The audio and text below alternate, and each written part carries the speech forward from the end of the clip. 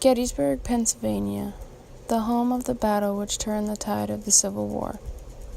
The Battle of Gettysburg, which occurred from the 1st to the 3rd of July, 1863, is often referred to as the high water mark of the rebellion. The Battle of Gettysburg was the bloodiest battle of the Civil War, with each side sustaining more than 20,000 casualties during the 3-day-long battle. This battle held the largest number of casualties in the entire war. The Gettysburg National Military Park, which is maintained by the U.S. National Park Service, was established in memory of the soldiers who died during the Battle of Gettysburg. The park sits on thousands of acres around the town of Gettysburg, where the Battle of Gettysburg took place in 1863.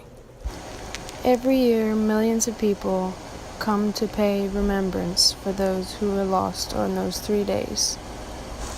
Over 100,000 men compiled the Union Army of the Potomac, which was led by Major General George Meade. On the opposing side, only between 71,000 to 75,000 men made up the Confederate Army of Northern Virginia, which was led by General Robert E. Lee.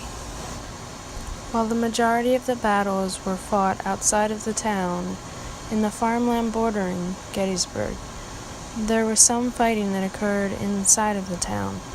Still today, you can see bullet holes in some of the buildings in the town of Gettysburg. Surprisingly, only one civilian fell victim to the gunfire during the battle, Jenny Wade, who was only 21 years old. The Battle of Gettysburg not only changed the course of the Civil War, but it also changed how battles were fought from there on out. After the disaster that was Pickett's Charge, the military began to rethink how they performed battles and how to create a better military strategy for fighting battles to save lives instead of endangering them. One of the things that people do not often realize is how much of a suicide mission Pickett's Charge really was. When the cleanup began after the Battle of Gettysburg, one of the most interesting findings was the amount of playing cards, gambling paraphernalia, and alcohol found on the stone walls which lined the battlefields. After some thought and reflection into the matter, many realized that this was done on purpose. The men left all of these objects behind because they knew that they would die on the battlefield, and they did not want to meet God with these sinful objects on their body.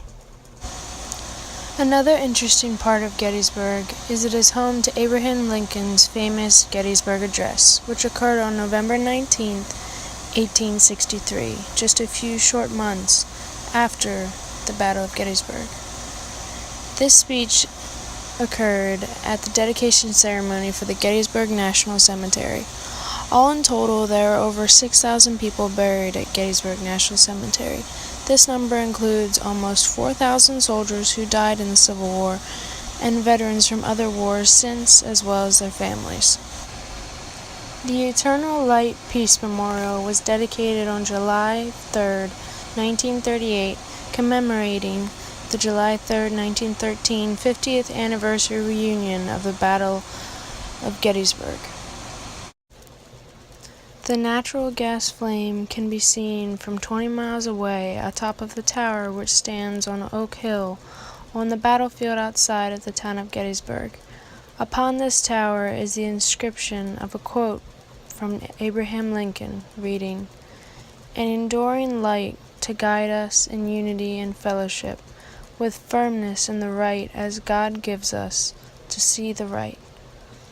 Upon these you can see a multitude of pennies lining the words. These pennies have been placed here by visitors to the site in remembrance and admiration of the former president.